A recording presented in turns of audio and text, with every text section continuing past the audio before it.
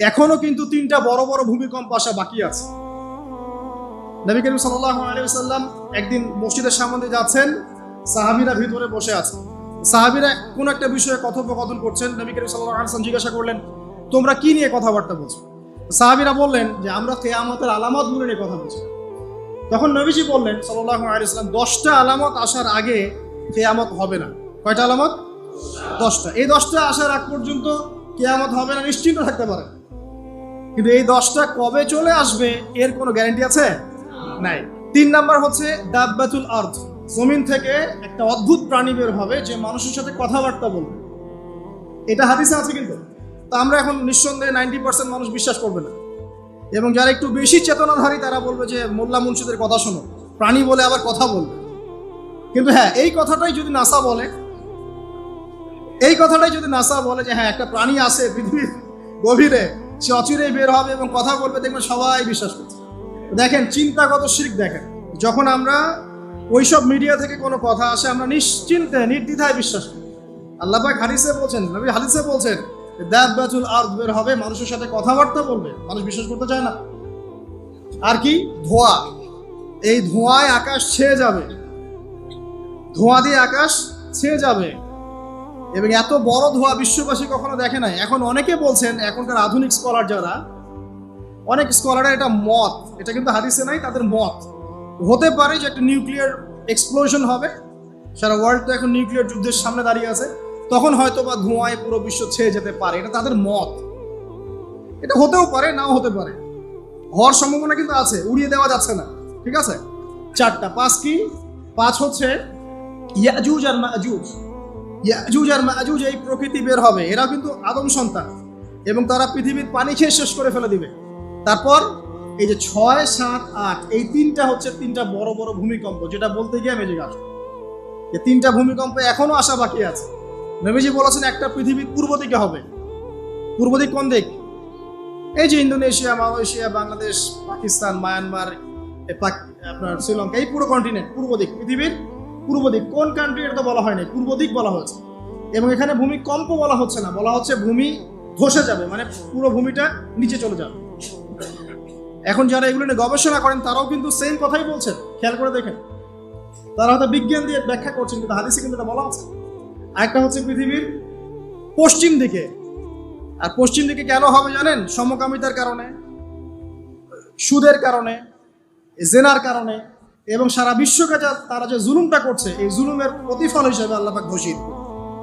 এর কোনো অস্তিত্বই থাকবে না। এখন মনে হচ্ছে না যে পুরো সারা ওয়ার্ল্ডকে রুল করছে, অস্তিত্বই থাকবে। ভূমিধস। আরেকটা হচ্ছে পৃথিবীর মাঝখানে কারা আছে বলেন? মাঝখানে আমাদের আমিরুল মুমিনিনরা আছে এখন, নাকি?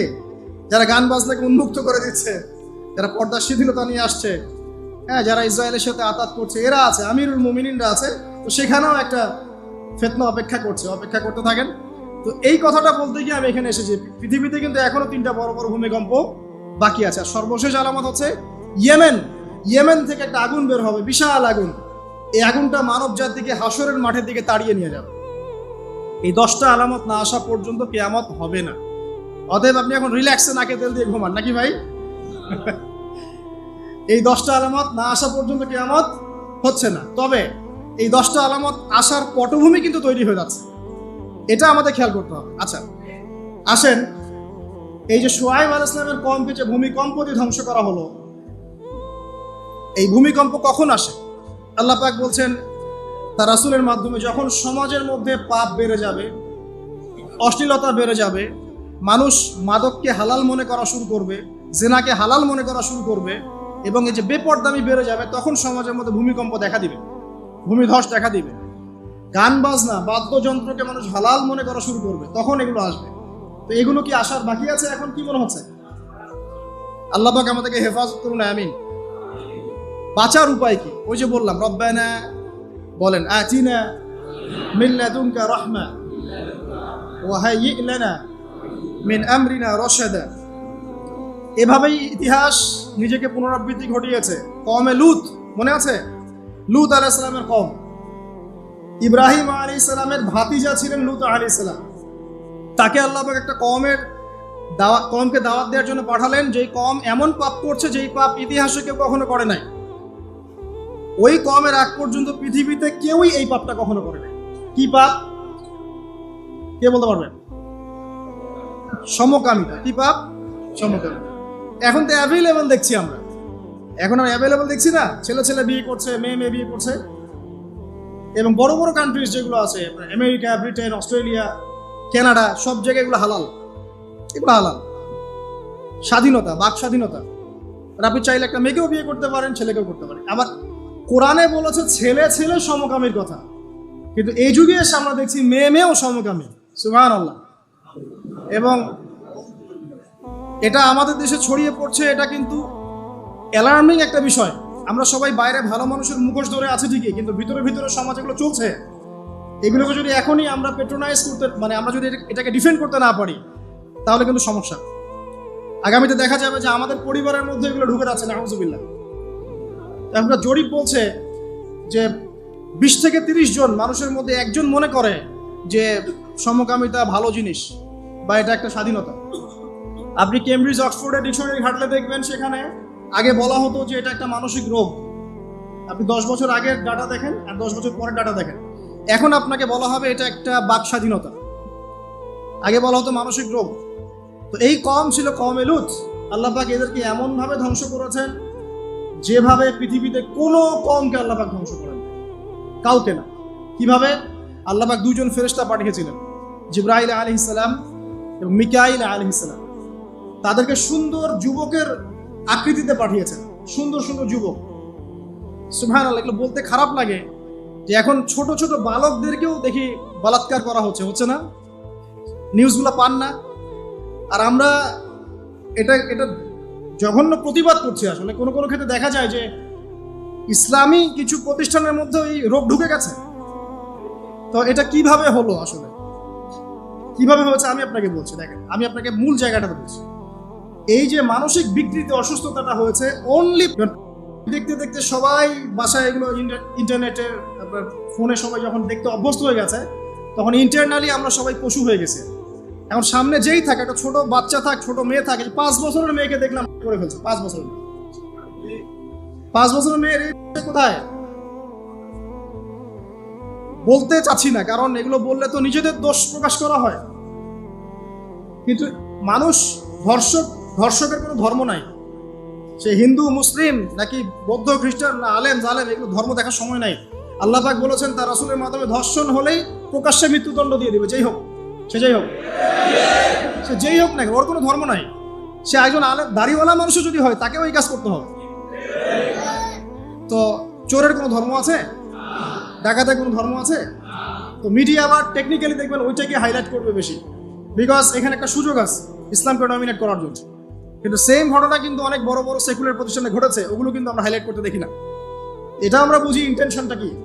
তবে এখানে একটা বিষয় ক্লিয়ার করতে হবে যে পাপী যেই করুক তাকে শাস্তির আওতায় আনতে হবে। আল্লাহ পাক তৌফিক এনায়েত করুন বোঝার। এখন এমন একটা সময় চলছে, বাচ্চারাও এগুলো থেকে নিরাপদ না। 5 বছরের মেয়ে, 7 বছরের মেয়ে, কয়দিন আগে দেখলাম যে 2 বছরের মেয়ে, নাউজুবিল্লাহ, তার সাথেও নাকি এরকম ঘটনা ঘটেছে, এবং উত্তরবঙ্গেরই ঘটনা এগুলো।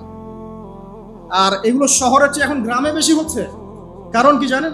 গ্রামে তো আগে মানুষ এই উন্মুক্ত পোশাক আশাক দেখতো না খুব বেশি, হাতে বাসায় সব এগুলো দেখছে, তখন গ্রামে দেখবেন পারছে না। এটা নিয়ে আমি আলাদা লেকচার দিয়েছি যে কতগুলো হয়েছে এই পর্যন্ত। এই বছরই লাস্ট এই বছরই দেখবেন রিপোর্টেড 1337টা ঘটনা ঘটেছে এই বাংলাদেশে। এটি অ্যালার্মিং বিষয়। আর আমেরিকাতে প্রতি 6 জনে একজন হয়, রাজধানী হচ্ছে সাউথ আফ্রিকা, ওখানে প্রতি 3 জনে একজন। তো এগুলা কিভাবে হচ্ছে? Only because of. এটা যদি এখনো বন্ধ করতে না পারা যায়, আগামী ভবিষ্যৎ খুব খারাপ হবে। যেখানে সেখানে মানুষ জেনা করবে, যাকে তাকে করবে দেখে নিয়ে, বিকজ এটা ভিতর থেকে মানুষকে পশু বানিয়ে দিচ্ছে। আমরা জানি এর পিছনে একটা বড় ইন্ডাস্ট্রি কাজ করে, যারা সারা বিশ্বে প্রায় $98 বিলিয়ন ব্যবসা করে। শুধু আমেরিকায় ব্যবসা করে $12 বিলিয়ন, সারা বিশ্বে $12 বিলিয়ন বোঝেন? $1 বিলিয়ন কত কোটি বোঝেন? $100 কোটি। বিশাল একটা ইন্ডাস্ট্রি আছে, এর পিছনে টাকা কাজ করে, টাকা, অনলি টাকা। আর এখানে যা দেখানো হয় সবই ফেক, এগুলো কোনোটাই সত্য না। এটা শুধু একটা অভিনয়, আর কিচ্ছু না।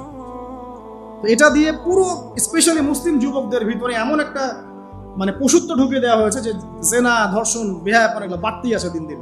এটা না কমানো গেলে এবং মানে আইনের সুশাসন নিশ্চিত করা না গেলে ধর্ষণ কমবে না, জেনা কমবে না, ইফটিজিংও কমবে না, মেয়েদের অধিকার আর আদায় করা সম্ভব হবে না। এটা আমার মত। বাকিটা আপনারা ভেবে দেখেন, আপনারা অনেক বিজ্ঞ মানুষ আছেন, ভেবে দেখেন কি করলে এগুলো কমবে। যদি না ভাবি আল্লাহ পাক কি করবেন জানেন? একটা হাদিস বলি খালি। জাইনাব বিনতে জাহাশ রাদিয়াল্লাহু আনহা তিনি বলছেন, ইয়া রাসূলুল্লাহ সাল্লাল্লাহু আলাইহি ওয়াসাল্লাম, আনুহলিকু ওয়া ফিনা সালিহুন, আমাদের মধ্যে সৎ লোক থাকা অবস্থাতেও কি আমরা ধ্বংস হয়ে যাব? আমাদের মধ্যে সৎ যে অনেক ব্যক্তি আছে তারা থাকলেও কি আমরা ধ্বংস হয়ে যাব? নবীজি বলছেন, নাআম, হ্যাঁ তোমরা ধ্বংস হবে। ইযা কাসরাতুল খাবাস, যখন নোংরামি, অশ্লীলতা, বেহায়াপনা বাড়তে থাকবে, আলেম জালেম সব ধ্বংস হবে। তা আমরা আমাদের স্বার্থেই কথাগুলো বলবো, কারণ আমরা যদি এগুলোকে প্রতিহত করতে না পারি তাহলে আমাদের বাড়িতেও এই ফিতনা ঢুকে আসবে। আসবে না? আসবে। দেখে নিয়েন, আল্লাহ পাক বোঝার তৌফিক এনায়েত করুন, আমিন। তো কওমে লূতকে আল্লাহ পাক কি করেছেন? সুন্দর বালকের রূপে এই জিবরাইল আর মিকাইল আলাইহিস সালামকে পাঠিয়েছেন। এখন লূতের লোকরা বলছে যে তোমার ঘরে যে মেহমান দুজন এসেছে ওদেরকে আমাদেরকে দাও। নাউজুবিল্লাহ। বুঝতে পারেন নাই? তোমার ঘরে যে দুজন মেহমান এসেছে ওই দুজন মেহমানকে নিতে এসেছে। লূত আলাইহিস সালাম বলছেন যে আমার হাউলাই বানাতিন কুনতুম ফাইলিন, তোমার যদি বিয়ে করার ইচ্ছা থাকে, আমার মেয়েরা আছে, তাদেরকে বিয়ে করা প্রয়োজনে। একজন নবী তার মেয়েকে বিয়ে দিতে যাচ্ছেন, তাও তোমরা এই পথে যেও না। তখন এই কওমে লূতের লোকরা বলছে, তুমি খুব ভালো করে জানো হে লূত আমরা কি জন্য এসেছি। তখন তিনি বলছেন, আলাইসা মিনকুম রাজুলুন রাশীদ, তোমাদের মধ্যে কি একজনও ভালো মানুষ নাই? এরপরে আল্লাহর আযাব আসলো। লূত আলাইহিস সালাম এবং তার স্ত্রী চলে যাচ্ছেন। তার স্ত্রী কিন্তু আবার ঈমানদার ছিলেন না, সে পিছনে ফিরে বারবার দেখছে। নূহ আলাইহিস সালামের স্ত্রী যেমন ঈমানদার ছিলেন না, লূত আলাইহিস সালামের স্ত্রীও তেমনি ঈমানদার ছিলেন না। নবীর স্ত্রী হওয়া সত্ত্বেও তারা কিন্তু জাহান্নামে যাবে। নাউজুবিল্লাহ। তো এই লূতকে ধ্বংস করলেন আল্লাহ পাক, কওমে লূতকে এভাবে ফেরেশতার পাখা দিয়ে ওই পুরো জায়গাটাকে উঠিয়ে নিয়ে মাটিতে আবার বসিয়ে দেওয়া হয়েছে। এই জায়গাটা এখন নিদর্শন হয়ে আছে। জর্ডানের পাশে দেখবেন ওই যে ডেড সি, একটা মৃত সাগর আছে না, ওইটা ছিল সেই জায়গা। এখানে সাদুম গোত্র থাকতো। সাদুম, এই কওমের নাম ছিল সাদুম। এখন আপনার জন্য আমার নসিহত হচ্ছে, নবী সাল্লাল্লাহু আলাইহি ওয়াসাল্লাম বলেছেন, আমি শেষ জামানায় আমার উম্মতের উপর কিছু বিষয় ভয় করি যে এগুলো আমার উম্মতের মধ্যে ঢুকে যাবে, আমি আশঙ্কা করে ঢুকে যাবে। কি কি বিষয়? এক নাম্বার, যে আমি আশঙ্কা করি যে আমার উম্মতের মধ্যে মূর্তি পূজা ঢুকে যাবে, মুসলিম কিন্তু স্ট্যাচু ওয়ার্শিপ করবে। দুই, আমি আশঙ্কা করি আমার উম্মতের মধ্যে রিয়া ঢুকে যাবে। রিয়াটা কি? লোক দেখানো আমল। রিয়া কি? লোক দেখানো আমল। আমি আশঙ্কা করি যে আমার উম্মতের মধ্যে সমকামিতা ছড়িয়ে পড়ে নাই? এগুলো নবী সাল্লাল্লাহু আলাইহি ওয়াসাল্লাম আশঙ্কা ছিল। দেখেন সবগুলো এখন বাস্তব হয়ে গেছে। আল্লাহ রাব্বুল আলামিন এই সমকামিতার পাপ থেকে আমাদেরকে হেফাজত করুন, আমিন। এভাবেই ইতিহাস রিপিট হয়েছে। আল্লাহ পাক এদেরকেও ধ্বংস করেছেন। এর আগে আল্লাহ পাক নূহ আলাইহিস সালামের কওমকেও ধ্বংস করেছেন। কি কারণে? তারা লাত, এই যে ইয়াগুস, ইয়াউক, নাসর এরকম কিছু স্ট্যাচু ওয়ার্শিপ করত।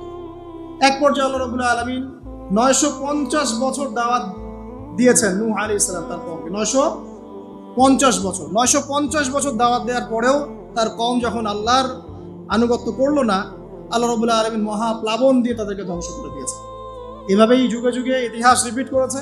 আমাদের নবী মুহাম্মদ সাল্লাল্লাহু আলাইহি ওয়াসাল্লামের সময়ও এই হিস্ট্রিটাই ছিল।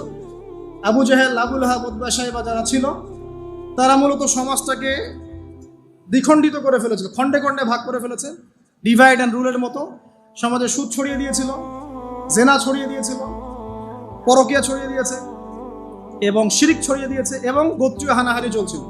এরকম একটা অবস্থায় নবী সাল্লাল্লাহু আলাইহি ওয়াসাল্লাম ওই সমাজের মধ্যে আসেন নবী হিসেবে। এসে মাত্র 23 বছর সময় নিয়েছেন। কত বছর? মাত্র 23 বছর। আমাদের তো সমাজ সংস্কারের শতাব্দী পার হয়ে যাচ্ছে। এক একটা রেভলিউশন দেখবেন শতাব্দী পার হয়ে যাচ্ছে, কিন্তু কোনো আলটিমেট রেজাল্ট নাই। নবী সাল্লাল্লাহু আলাইহি ওয়াসাল্লাম 23 বছর সময় নিয়েছেন, মাত্র 23 বছর। এই 23 বছরে কোরআন এবং হাদিস এই দুটোকে হাতে নিয়ে নবী সাল্লাল্লাহু আলাইহি ওয়াসাল্লাম সমাজের প্রত্যেকটা জাহিলিয়াত উপর থেকে সরিয়ে দেন নাই, শেকড় থেকে উপরে ফেলেছেন।